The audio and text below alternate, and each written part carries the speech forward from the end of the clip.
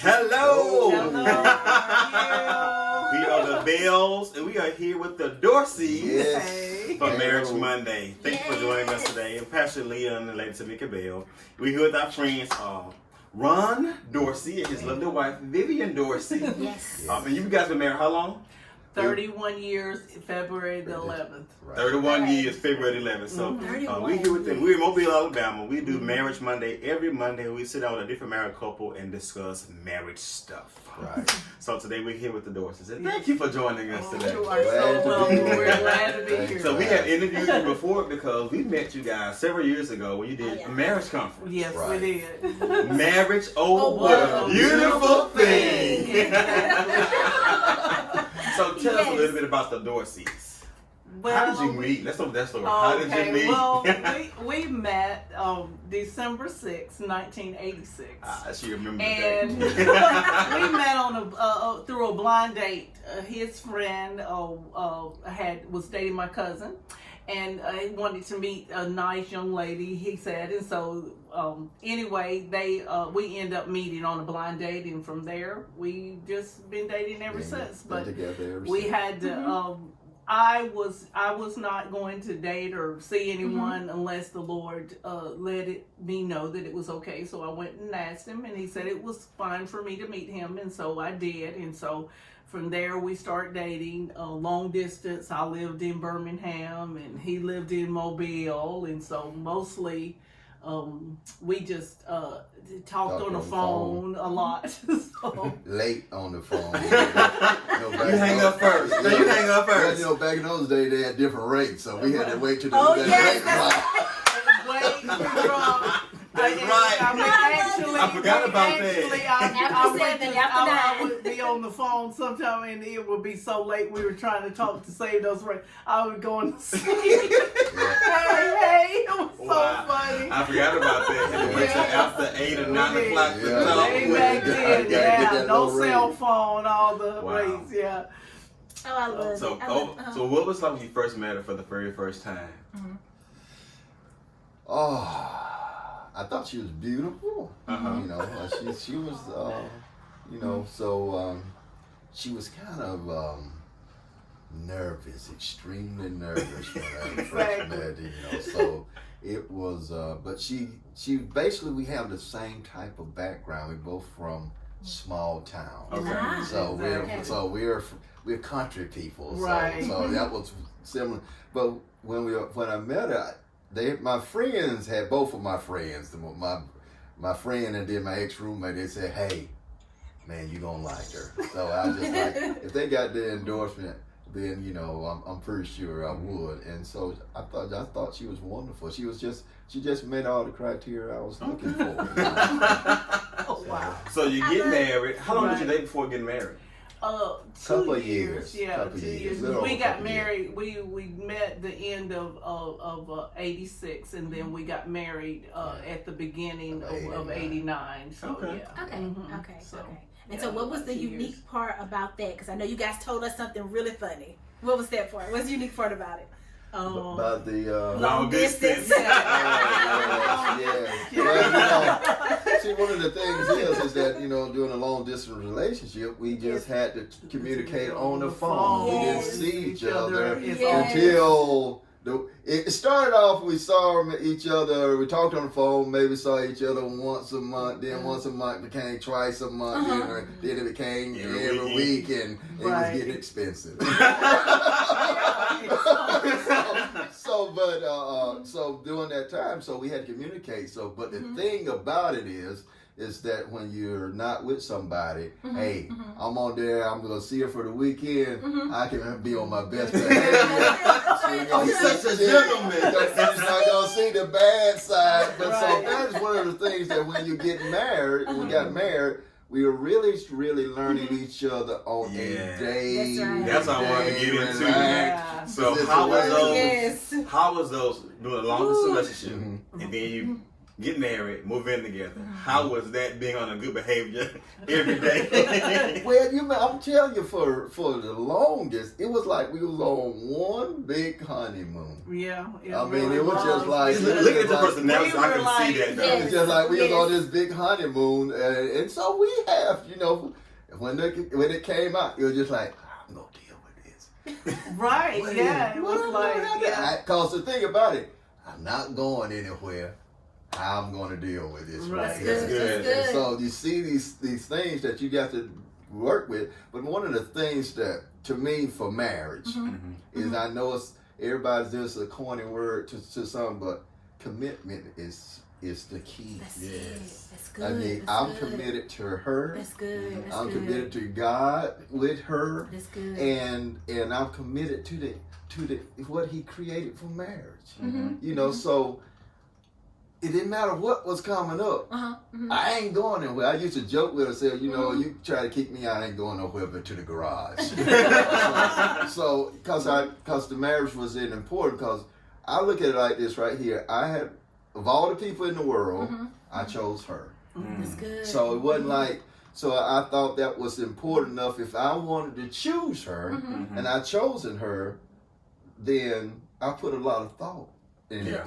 Right. It was That's just good, like, that's good. I'm not rushing into it. I knew that she was someone I wanted to spend the rest of my life with. So why in my world is what's going to happen if the first little bump comes in and I'm trying to get out? Well, commitment holds me in. Right. That's it. So if I'm committed, then I'm going to hold in. So it's just like, hey, you might not be talking to me. You might want to go sleep on the sofa, but I'm coming up there. That's right. So you try to be mad. We're gonna have to work it out. Right. And so those are the things that, to me, when you're committed to one another, you gotta be committed to. You gotta be ready to be married. You gotta be understand that, hey, this is not.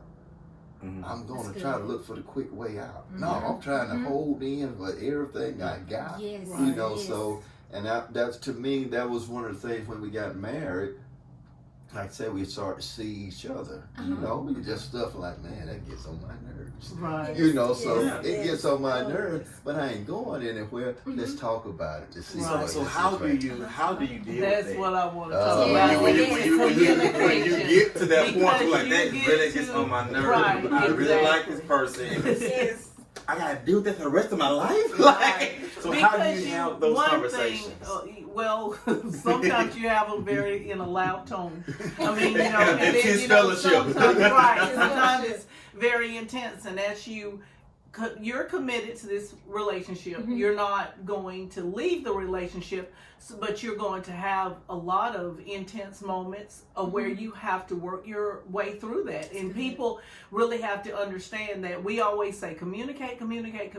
Well, actually, when you say that, communication evolves the longer you are married. That is Because when you're married initially, the communication may be that, I'm not talking to you. Well, that's not really communication, but you're communicating, you're not talking. And if you are talking, then you might be yelling.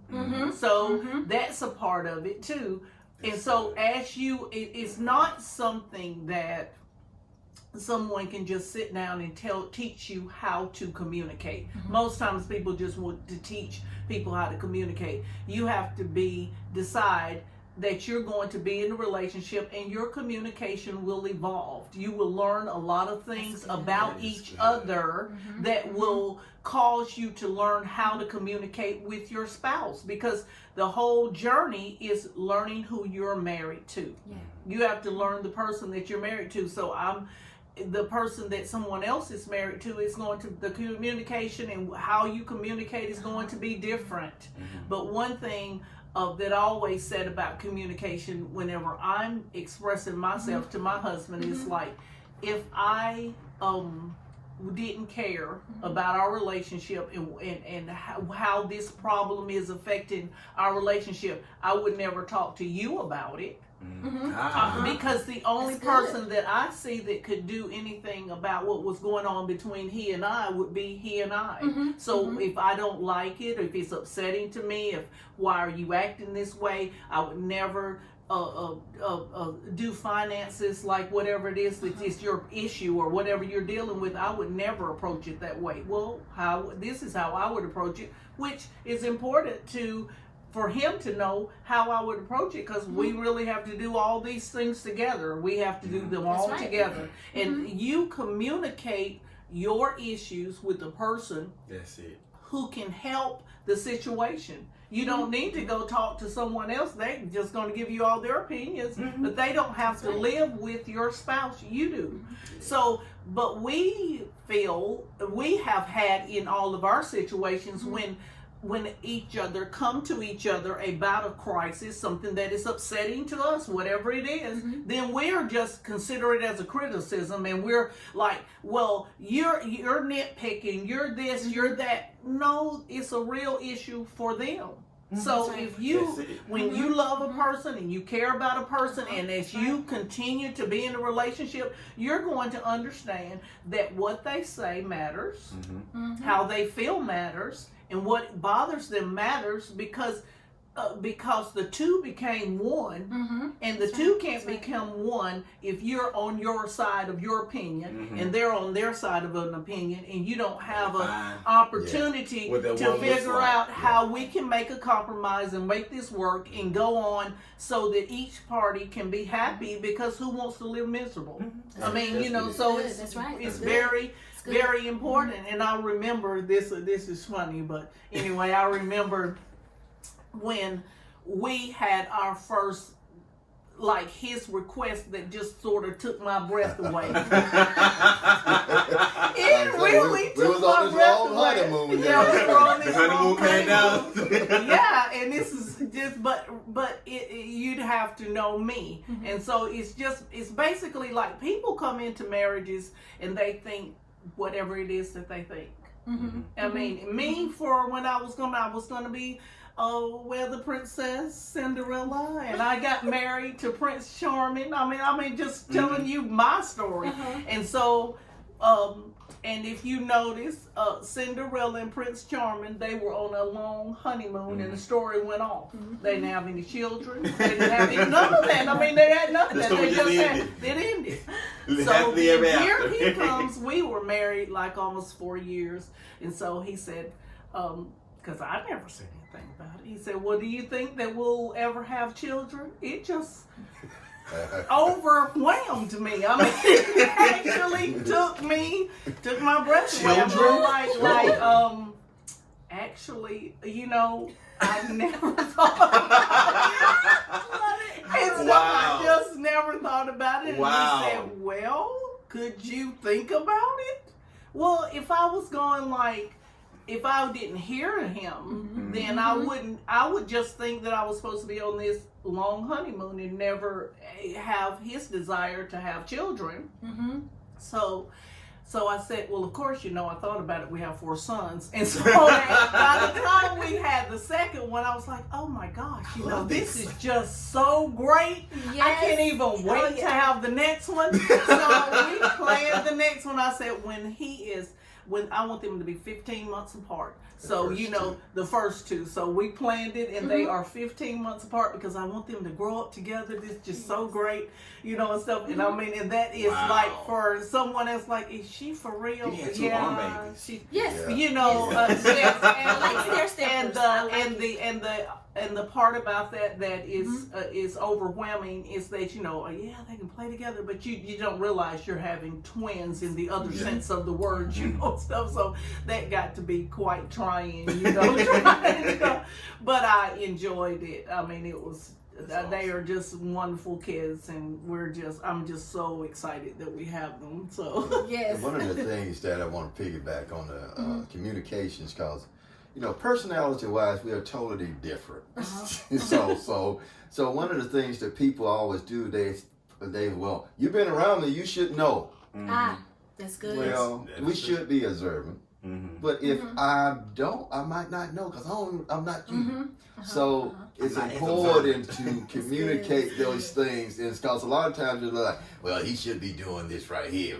Well, he ain't doing it because maybe he don't know that he's supposed to do it. And so now you're frustrated, and the person don't really understand that you're frustrated with them, but they can see that you're mad about something. You're not talking. So it's important to communicate. And another thing about compromise, this is the way I see compromise.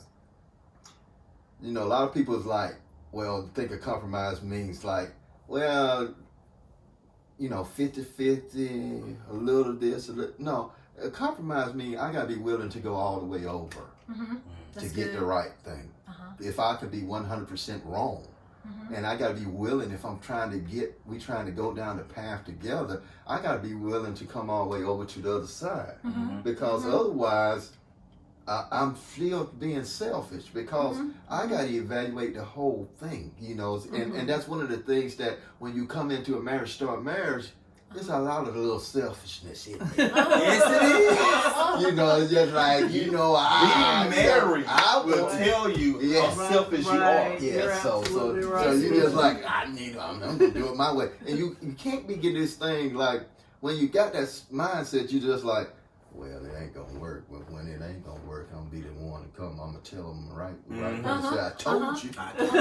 Instead of you're not walking together that way. Right. So as time has evolved, we basically get to a point like she get over there and say, well, I might present something, and she said, I don't know. I said, well, you can go ahead and do it. I said, I'm not doing it. Because I said, I'm not doing it. I said, until we come into agreement. I said, they'll wait. It'll wait. I said, it'll wait. I said, I'm not doing it. I said, because we got to be in agreement. That's I good. said, because That's if good. we're not in agreement about it, then it's just really me doing my own thing. That's And good. so we got to be able to support each other. So if we're in agreement, we will support and we will fight to the end to try to achieve whatever we get. But if not, then you really, I'm gonna tell you how it's gonna end up that's good. bad. You know, and it's funny you said it, because even with compromise, in order to have a good compromise or a fair compromise, if there is such a thing, you have to communicate. Right. Yeah. That's right. You have to communicate. You have to. That's right. And one thing about communication that we always talk about, especially when you get married, you have to discuss everything. Right. Yes. Like even the smallest things that get on your nerve that Exactly. you think, well, I'll get over it, or I'll learn to deal with it. But if you don't learn to deal with it, Right. when something else happens, Right. you're gonna blow up over everything you dealt with. Exactly. It's like a volcano erupting because Right. all the stuff you just kind of never talked about. Exactly. Baby, why you acting like that? I just was smacking on bubblegum. Right. But you've been smacking on bubblegum for 20 years now. Exactly. And now you're smacking bubblegum and you're looking like this, you know what? Exactly. It becomes an eruption. Right. It's because So- because communication evolves over I time. like how you say Right. that. That is That's what right. it's so important, I love how you say that. because the more you come to know your spouse the more you're going to understand them, and the more you're going to know what matters to them, and so you're going to be able to communicate with them the way they can hear you. Because they don't hear you, you might think that you are really communicating when actually you're not.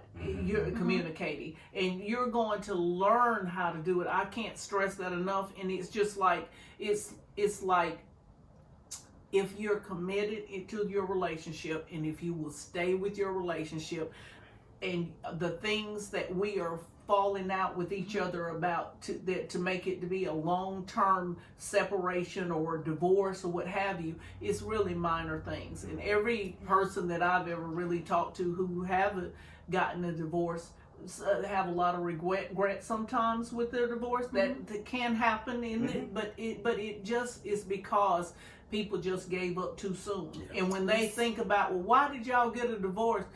Sometimes they don't even know what it was. You know, well, we just couldn't talk to each other. Well, the longer you stay in a relationship, and if you want it to work, you're going to learn how to talk to each other. You're going to learn each other, and learn what matters, because it was like it could be communication can be extremely frustrating. Mm-hmm. I mean, It I've can be a been deal breaker. extremely Yeah. frustrated in trying to communicate how I feel about something and all that type of thing, because sometimes it is like my husband was talking about. We can be selfish in marriage, and we're holding on to whatever it is, the place we want to be, and we're not really willing to give that up right now. Mm-hmm. So that's the word patience that comes involved. That's right. You have to That's be right. patient with the person That's right. until they learn how to. God is patient with us, and He has, and you can just be fully persuaded that God is doing a perfect work in your spouse, and He's fully persuaded that what He's brought to pass in us is going to come to pass. So you have to feel the same way He does about your spouse, because you'll get to the place where communication is just easy. It's just nothing. That's right. It's just That's right. nothing to it. And one thing, Go ahead.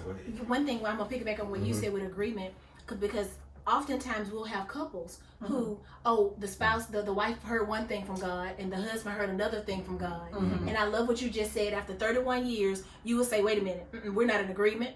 We're not in agreement. We're just gonna wait until we're in agreement. And so I will say that for younger couples, couples that haven't been married as long, that is a big problem. I will say that with some people, where, well, no, God told me this or God told me that, and they're like, wait. If you two aren't hearing the same thing from God, God is not confused. Right, Exactly. exactly. He's not confused. Exactly. So He would say the same thing to both of you. So if He's not, you have to be in agreement. And if He's saying this to you and saying this to you, Then somebody just- off. It ain't God. So everybody, let's just stop. Right, exactly. Let's stop and wait. Exactly. Just don't do anything. Nobody move. Let's Yeah. just wait. So I love that part. Yeah, That's and very that important. was stuff that, like I said earlier in part of our marriage, that wasn't the case. You know, Right. it was like, well, I'm doing this right here. Just Yes, I be, that's because right. I used to just put a beater down with some stuff. Just wait a minute, I got it. Don't worry about it. I got it all taken care of. This is what we're gonna do. I've been thinking about this. Blah blah blah blah Yes, blah blah. yes, And so yes, you get over here, ready. she be like, okay, just go ahead and do it. But it never. I guarantee you. I would tell you that it never ended up good. Never. Even though it started out looking like it was, at the end, it wasn't. Because God, we weren't walking together. Wow. So we're not walking together. So it's not like, so it's just like, why in the world do I need to get ahead of her when we're supposed to be one? That's You good. know, That's good. so if I'm getting over here, it'll wait. Right. It'll wait. God's already, God wants us to walk together. Right. That's So good. if He wants us to walk together, why am I trying to do something that I know God is not trying to? It's like, okay, this is causing a rift in the marriage. Well, God's happy with that. Son, Ronald, go on there and keep on doing that thing right there. That's good. No, He wasn't doing that, because all of a sudden He's just like, I'm finna tear up the marriage. But God ain't trying to tear up the marriage. Right. It is So good. you get So we it. got to, and that's a good way to That's filter good. things.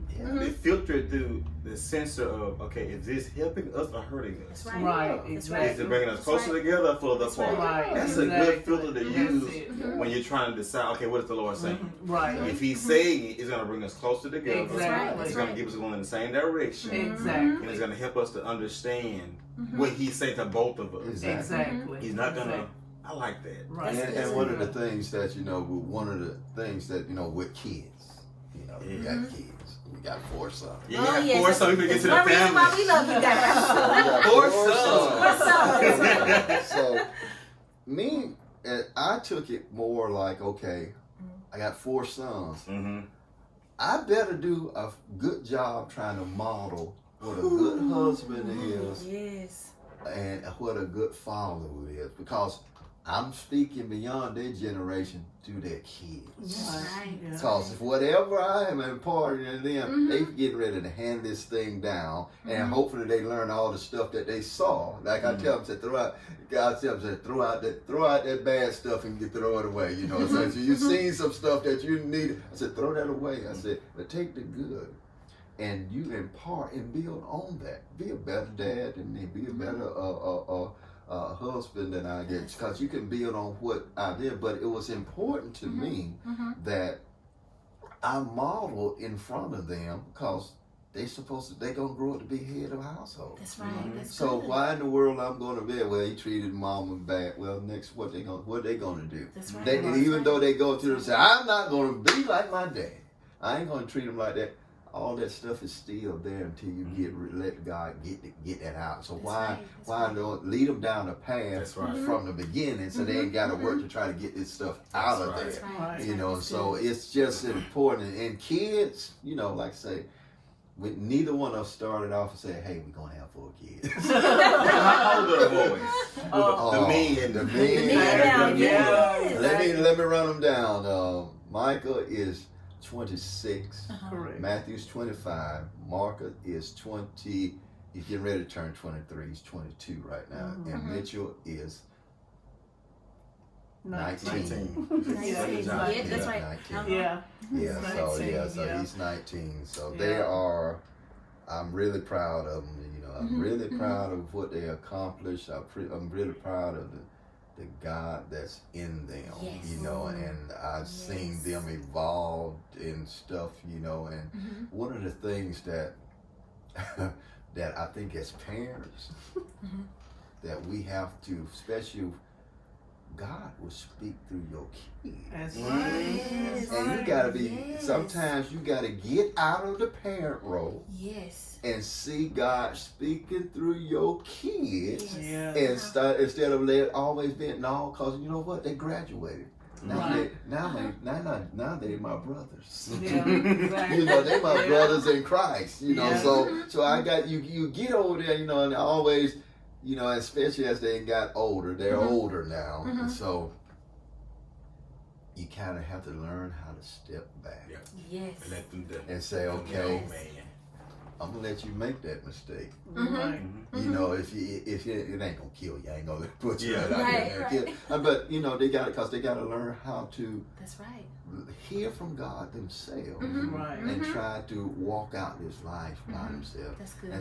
And so it's hard to make that transition because, you know, I'm always in pretty much in daddy mode you know, when they're around because they're my sons. But now some of the times when before when they were younger, I would say try to give them instruction. I just listen to what they have to say, you know, and let them tell me. Talk it out. Like, now if they ask me a question, say, well, Dad, what you think? Well, I got something. But other than that, you know, letting them kind of evolve.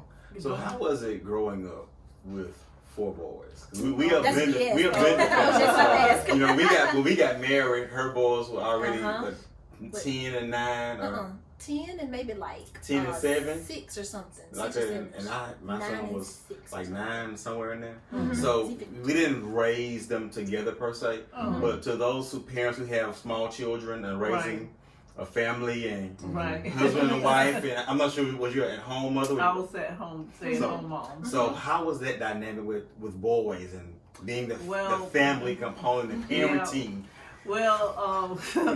Well, I stayed at home with the sons, and so that was quite taxing, you know, raising them. But the key to, well, first of all, the Lord told me that I would have all sons, so that I was called to raise them, to love to love God, love their wives, and to love their families. So that's what.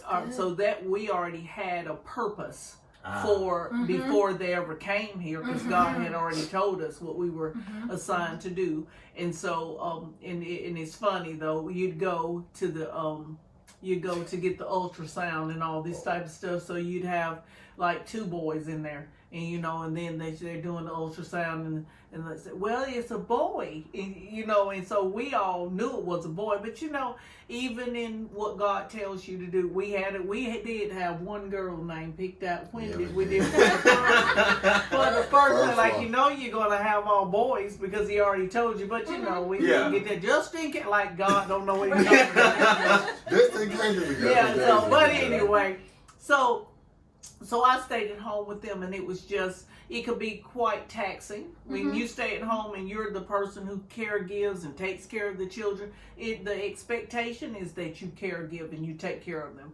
So I remember a time in our marriage whenever, you know, it was just like, I was like, I just don't even, you need to be getting ready for church. I just don't even feel like going because I'm just trying to get ready and get all the kids ready and do all this kind of thing and stuff like that. He said, well, what can I do? You know, well, you can help. Get somebody ready. Just grab one. Okay, I'll tell you what. You don't get anybody ready anymore. You just get you ready. So those things are real issues that, you know, that was really, but anyway, they were each other's friends. They played together and all that type of stuff and just grew up together. That's basically what they did. And a lot of people came over and played with them and stuff like that. But that's kind of how it was, you know, and I'm kind of used to just being the only female in the house, you know, and stuff. And the raising boys to me was easy. It was not hard. They get over stuff quickly because they're, you know, like if they have any conflicts, they get over them quickly. It's usually don't linger or whatever. But then we would talk about if we forgive someone, then it's gone. It's not like something we can keep talking about because it's over. And so we practiced that while they were growing up and all. And so therefore, there was conflicts and stuff that would arise. And then even in that, when I'm raising them, I'm telling them, I'm going like, now listen, you all can go out and play and you all have to figure out how to get along because I'm not going to try to solve all your conflicts. And if there is all these conflicts and everybody's upset, I'm not going to worry about who the problem is with. I'm just going to spank everyone. So they figured out how to get along because they didn't want to get a spanking. Everyone's getting a spanking. Everybody's going to get a spanking, but and just a lot of different things that, you know, when God gives you assignment, then you try to live up to what He called you to do. I mean, we had all these different confessions when they were going back and forth to 1-year-old, 3-year-old, whenever they could talk. They had daily confessions. I'm a child of God. That's good. I can do all things through Christ Jesus. I hear the voice of the good shepherd, the voice of a stranger I will not follow. I mean, we just, if they were going to school, they did those confessions. When they got ready to do, we had a prayer bookmark, and it had, we prayed from everybody from the principal to the teacher to the kids that were in our classroom that we would walk in the love of God and just, and so whenever whenever they got able, that's right. Whenever they got old enough to pray, when they got old enough, then they would be doing, I'm doing the prayer today, and you know, then the next one. And so now, out of that, we one of our second oldest son, he has a men's Bible study group, and he has people everywhere he went to. He worked one time, just how long was he at Lowe's? 2 days, 3 days, something like that. He was waiting on his professional job, so he went to work at Lowe's, and I guess he worked there a week, maybe. I mean, I don't even know if it was a week before he got his job, but in that, he met a man there that comes to the Bible study, and he hadn't been he's been at this, he hadn't been there in years, but the guy comes to the Bible study. Then he went to work at the next place, and some of those guys come to Bible study and stuff like that. So he leads the Bible study, and it's just a lot of group of men. And then so in our third son, he does the children's church at church. And then Mitchell's at Alabama, and so he has a Bible study at Alabama, and so he works out of a church that he found there. And so Mama, I'm having Bible study at on Mondays at 8 o'clock, and I've got 8 people in there. And so they practice their faith and walk in their faith. I remember, God is really good. And He will really do this. It's really not a fairy tale, and it's not that everything goes perfectly in anyone's life. It absolutely has not gone perfect in our life. We had like all types of financial things where he was the only one working, so I wasn't working. So how was that?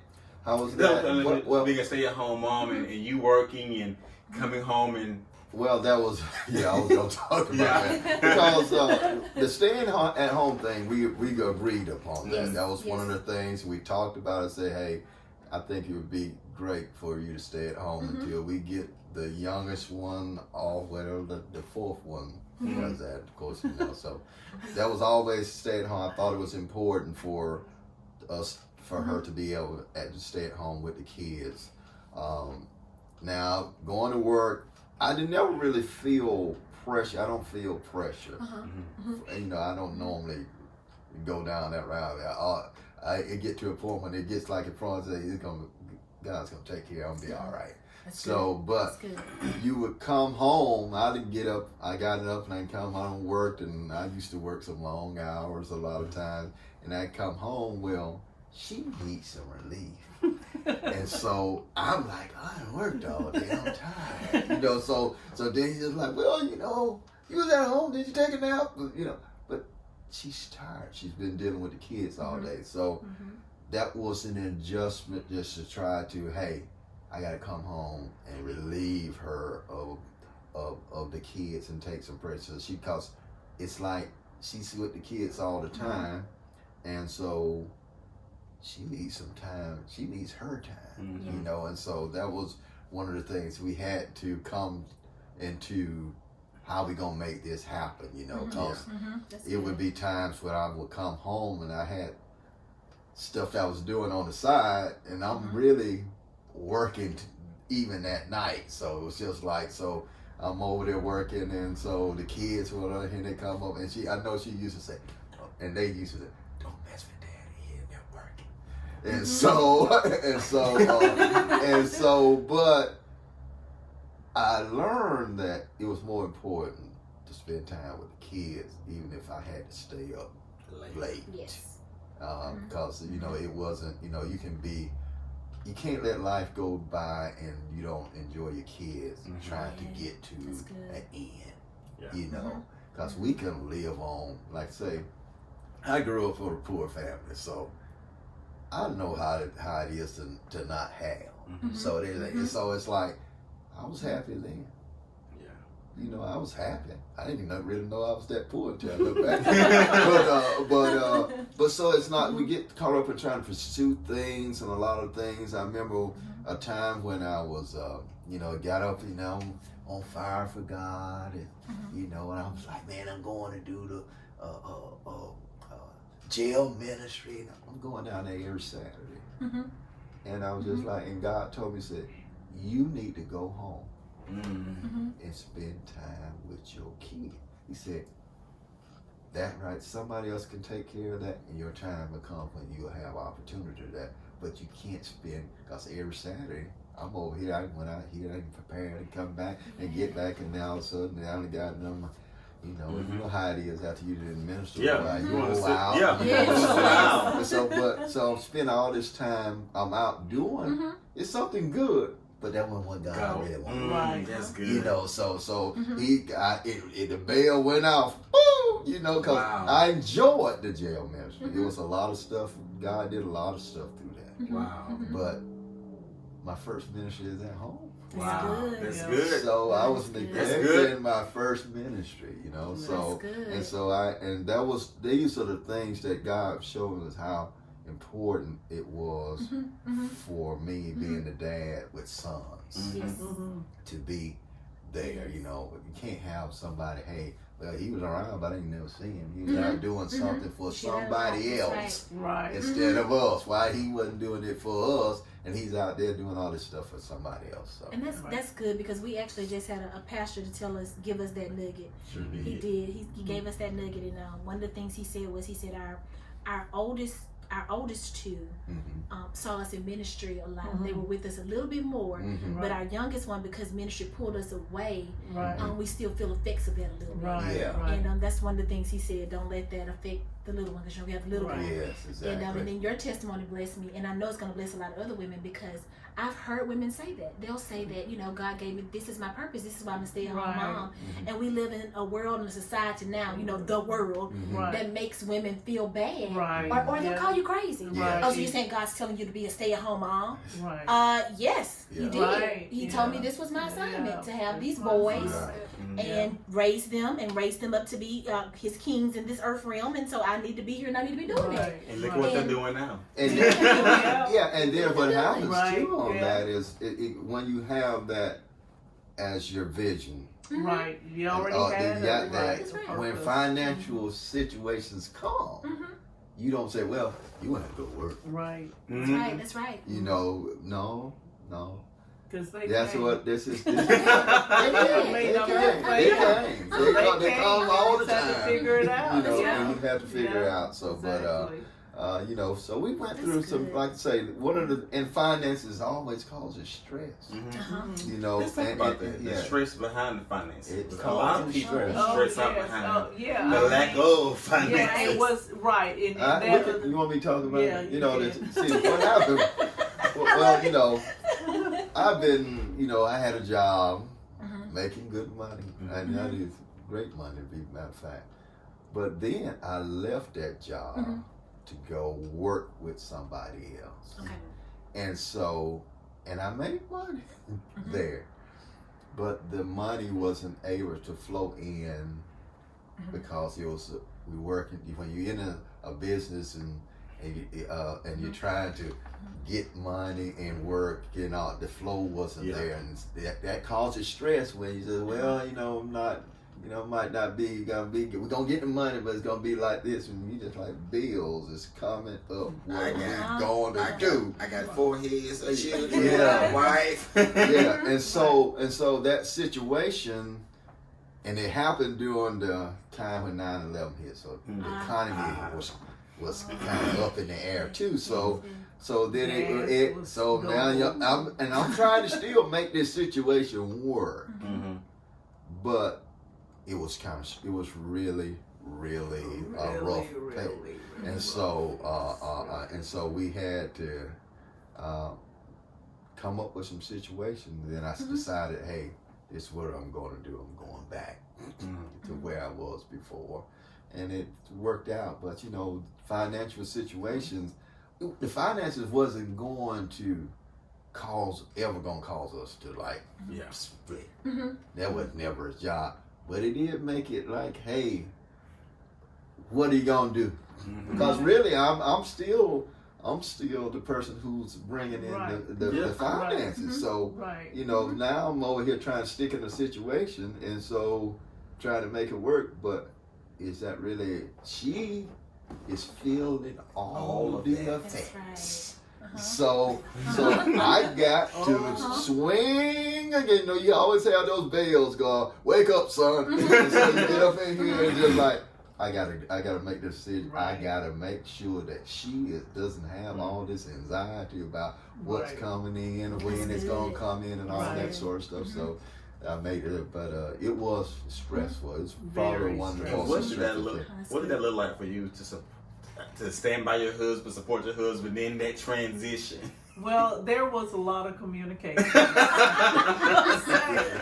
I'm going like, I mean, and it was a very stressful time because basically it's security is very important to women, and whenever it's insecurity there, it is you don't know how to manage that. You have a lot of stress, anxiety, and emotions. You know that it's just the pictures that come across your view about how bad things are going and could be, and how we're going to end up this way or that way because people that you have responsibilities to, your mortgage, and then you have 4 children, and it's like, well, okay, if you don't meet these obligations, where are you going to be? You know, just all these different things. So that was extremely stressful.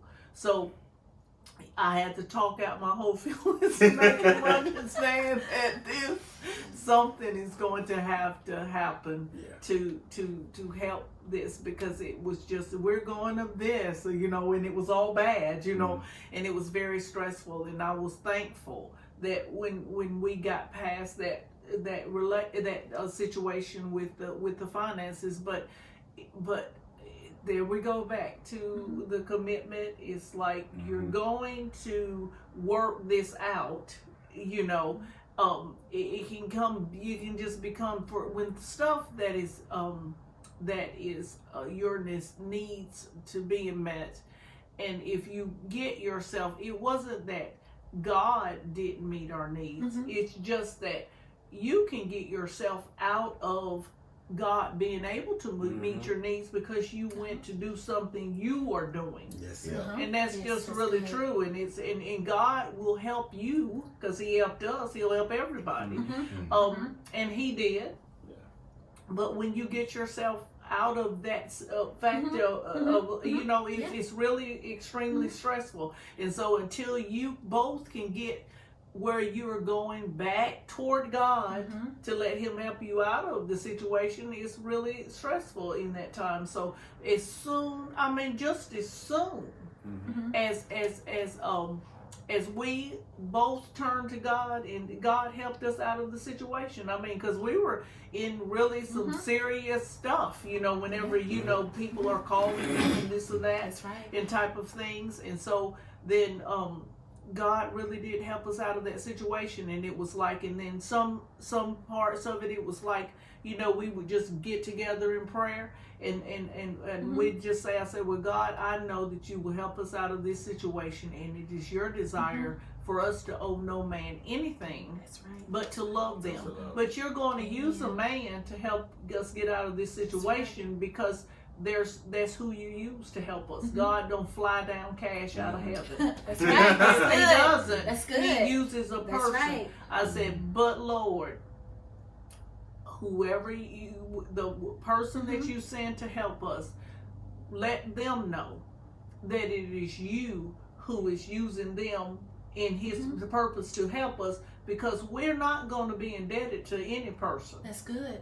And that's a good thing that people should know. God says you owe no man nothing but to love them, and you're not indebted to them. You don't have to. Like, oh well, yeah, they helped me. God helped you through them. That's good. That's good. And you good. don't be indebted to anyone, because you'll always owe somebody something if they were able to help you out. And when you give a gift, give it, and it's a gift, and no one owes you anything. And God will be able to, you can breathe in and breathe out in that situation, because there's always a time of receiving and there's a time for giving. That's good. And if you respect the two places, it's always going to be, you're going to be in a place to receive. You're not the only one always giving all the time. You're going to be somebody who receives a gift. And you're going to be a person who gives a gift and stuff. And when you, whatever spectrum you find yourself on, to God be the glory, and you owe no man nothing but to love them. Thank you. That's Thank good. y'all for joining us today. We're glad to be here. Man, thanks for joining us wonderful. today. Before we go, I want you guys to just kind of share whatever your final thoughts are to anyone that's listening. You can look right into the camera and just share your heart. My final thought is this, is that when you get married, do not forget who's third person that's part of the marriage. That's good. Never leave God out.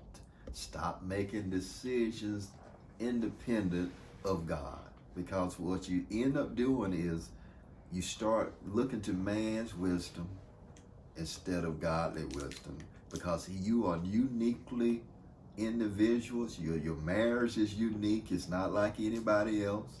And so don't compare yourself with anybody, but God will work the thing out, because He knows you two and what He wants you two to accomplish. And so be prepared. Seek God's wisdom. If you're thinking about getting married, seek God's wisdom. Be prepared to be married. Right. Even when we start, you're going to learn. Marriage is a growing process. It's not like you're going to jump in there and everything's going to be wonderful and great. But it will be if you just stick with God and let Him work through you as you evolve. Yeah. So I just want to add to it. Yeah, you just continue on in your marriage, and you'll get to a place where you have learned each other, and you'll become more in agreement with each other, and you'll absolutely enjoy each other. Yeah. I mean, we go on trips together now. Yes. We go out to eat. We do all kinds of things together because we enjoy being with each other, and God is involved in your marriage, and He's teaching us both each other how to grow. And you have to understand that whenever God made man, it was just a man, but He took out of man a woman's. And so whenever you have to realize that each of you are very important, and you have insights and views from a man's perspective that is so essential and important to your relationship with each other. And if you respect that this man that God made has a different view that is totally different from yours. He has insight that is totally different from yours. And this female is a part of God's creation, and she has such insight and perspectives that are different from yours. And it's important for you to respect that, and to listen to that, and to hear that, and to know that this is an anointing, or if you will, that is on each gender. And when you get married, you bring both of those two things together, and you're absolutely just going to get God's best for your marriage. But you have to realize that He's important, or what she says is very important, and I need to hear this. And actually, I feel like I'm so very blessed because I live in a household full of men, that I think I have the best version of female, because I got an opportunity to really get to know males, and it will make you a better female. And you can just, in your relationship, if you'll respect that and take that, you will see that you will become a better person, and your marriage becomes stronger whenever you value each other like that. So thank you both. Thank you both for joining us. It's been a joy. It's been a blessing. I mean, I'm really excited about what God has done in your life, and when I see you, I just see us later on in life. Yes. But all of our boys are grown, That's right. living the best life. That's a funny story, because I remember when we had all four of them, we was going into what's the pizza place? Papa John's, CC's. CC's. So we rolled into CC's, and we pull up, and we got her. They young, so they stepping, so they got up here and got here, there, and come in, and we see this couple over on the side. They just looking at us, smiling, and all this, and they came over and said, y'all remind us of us when we was at, you said we have 4 boys. We had 4 boys. Yes. That reminded us of dragging and all that stuff. Because when you got 4, man, that's a chore to get from A to B. Right. People just don't realize, especially when they little, it was a chore. You just like, man, you got I got it. Especially when you got babies, let me see, you got her here, and so. But anyway. Thank y'all for joining us. Look for us next week. God bless you. Have a great day.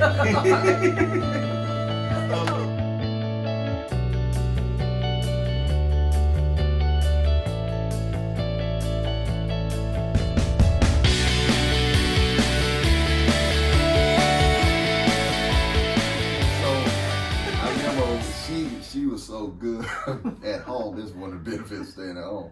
She would prepare them boys before they went. She taught them, we're going to a restaurant. This is how you act at the restaurant. She would get them around the table. She would get around the table and just like, okay, this is go. And so we would go somewhere, and they'll sit over there, and people would come up and say, y'all got the most well-mannered boy. They didn't know the work has been school. And we actually did. We would start doing it at home, and then I said, now we have to go to a restaurant. A lot of times we're going to go to a restaurant where it is like a grown-up restaurant, and the waitress is going to come and take your order. And so we would go. We used to. Ruby Tuesdays was our practice restaurant. So we'd set aside money. We go. We might not get like a full everybody's menu or whatever. We might just go for desserts. They used to have these little Sundays or something like that. So we're doing dessert. Then we may just go and we're having appetizer, and it was like this big old fries and a whole bunch of loaded fries or something like that. So we'd get that. And I said, now when you go, because we're at home, we get these books like they were menus or whatever, and you have to look through it and decide what you're going to do. And like all these adults, they're over there trying to have a really good time, and they don't need the children to be running around the table, making a whole lot of noise, doing all this type of stuff. So then they would go, and we would order all our order, and they say, well, what would you have? Well, I will have some, whatever, so they'd give their order, and all this stuff, and we just would go there and we would practice. So, and my husband used to have to travel all the time, so we'd go and travel with him. So we'd be eating out in all these different restaurants everywhere we went. Oh my God, we saw, old people, who were going.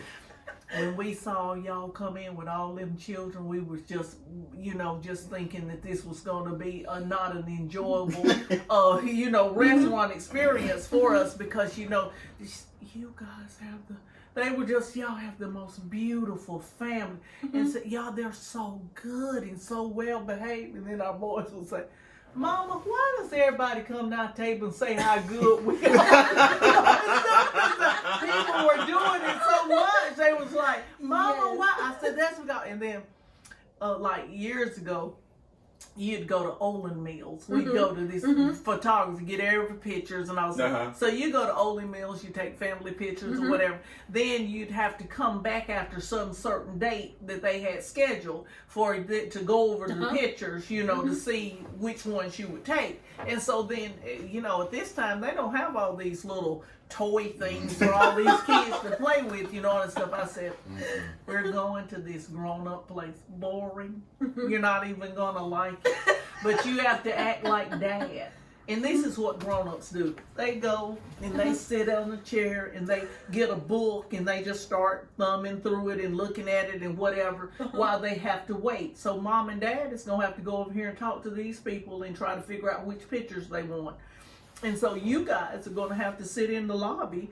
It's there, and you're going to have to look through magazines and all this. But y'all don't want to look at them boring old magazines or anything like that. You can go get your favorite book, whatever book is you want to look through, whichever one it is, and you'll just take it with you and you'll just thumb through it like this. So they go to the place.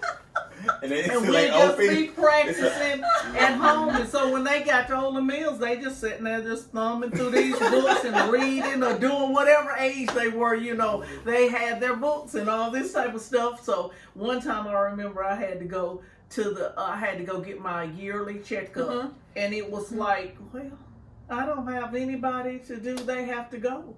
So in that, they may have been in the first grade, second grade, whatever grades it was. I said, so you've got a summer reading book, and you're going to have to just sit there and read your book. You cannot leave this. I tell the receptionist, they have to stay in here. I don't have anybody to keep them. They're just going to stay here and read the book. I just want you to know they're in here. They sit there, they'll be reading that summer reading book. I go have my exam, and I come back. My God, they were just so well. Because my parents always said that your kids, I don't mind you needing a popping when you're with me. It's just when you go somewhere else, you better not need one, because you're not going to be there. You're not going to be, if you're going somewhere, you're not going to be gone no more. 2 hours tops. It's like 1 hour. That's all you're going to be gone. And so you're not, so you can behave without doing anything you shouldn't be doing for 1 hour, 30 minutes or whatever. We go to Walmart. I'm serious. We did all this stuff. Because this is what you have to do with your kids. That's right. That's so right. They're little bitty kids. I said, guys, come here. Mom needs to talk to y'all. Kids will go to the store. You're not even going to believe this. They'll come up and they'll have all this candy right there when you get ready to check out, and your mom says, you can't have any candy. They scream and fall down and start crying in the store. And making a big to-do. I mean, they do this. I would never, ever do that. We're Dorseys. We don't act like that. I used to Delaware. And so they go to the store. If they saw something, look at them. I said, I know. Like it was the worst thing. So So we go to the store. You have to realize who you have with you. So we go to the store. All these things we did with Walmart was our store. Oh my goodness. We would go to the store, and I said, now sometimes when we go to the store, we're going to buy a toy. It's going to be a buy day, and we're all going to get one. And then some days we're not even going to get a toy. You know, it's just no. I said, but we're going to go over to the toy section, you know, because Mom has to do a whole lot of shopping. And so, but what we're going to do is we're going to go to the toy section, and you all can go in the store and pick off a toy on the shelf. You can observe it, look at it, see what it's like, play with it, and all this type of stuff. You can't ever take it out of a package or do anything like that. Just, you know, be on the aisle, get what you like, and just look at it. And I would just make sure I set aside about 15 minutes and let them do this stuff. I said, but you know something? There's a lady who works in this store who has to keep this place all straightened up and nice. When you get your toy, you put it exactly back on the shelf the way it was. Do not mess her place up, because she's already fixed this stuff. They go in there, do this stuff, and we give them some time. I said, but this is not a buy day. Not a buy day. This is just a day for you to play to see what you might like. So then when it was a buy day, then you get, or it may be on a layaway day, depending on whichever one it was. These are the things they can go on layaway. Honey, we make these big layaways.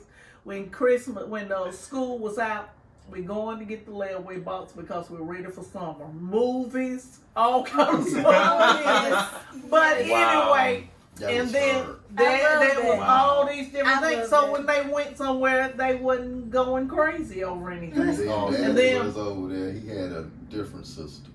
The daddy system. The daddy system. Right here. The daddy system. If that one finger came up, I mean that's one lick when you get off. Yeah. You get two, you didn't want to go past it. So they'll be over there looking over there. I'll be looking at. And they be over there. Everybody straighten up like straighten up like it's. You getting it? Because you know the thing about it is, it's like it's a consequence to what you do. We told you to not act like that. So you get on, cause it ain't like it's like, well you couldn't. No, it's like. Yeah. You get over here. I'll be over there like. I told you no. Cause she was cotton ball. Don't give no so she was cotton ball. I was the disciplinary. Yeah. It was like, go ask Mom. Well, we had Mr. Do Right. I used him. We had a friend called Mr. Do Right. Because foolishness, it was a scripture. It sure was. It's bound.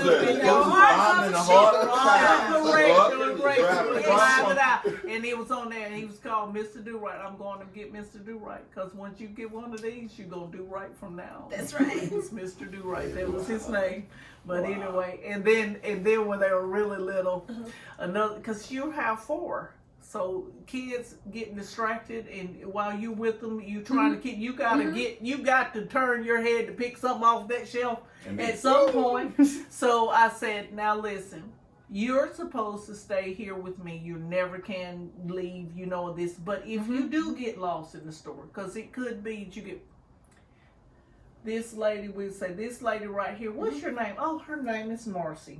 Marcy has on a blue jacket with a name tag on it that says what her name is. She can help you if you get lost. Marcy, if he was to get lost in the store, would you be happy to help him find his mommy? Oh, yes, ma'am. I would. We go to the next side. We all the Walmart people. And then we're going like, well, then you come up. Well, he looks like a really nice man right there, and she looks like a very nice lady. I mean, can they help us? No, Mama, they can't help us. They don't have a blue jacket on with a name tag, so they can't help us. I said, but they look so nice. They look like they would help you if you went. We can't ask them. We have to ask the one with the blue vest on. With the name tag. And every time we went to Walmart when they were little, we would stop and talk to them and say, would you help them? Yeah, we'll help them if they were lost. They got lost on purpose one day, and I mean they did. I would and too, they though. were at the thing, and that Miss Dorsey come to the fitting room, you know, and all the stuff, and they just did it on because they're boys. I would have too, though.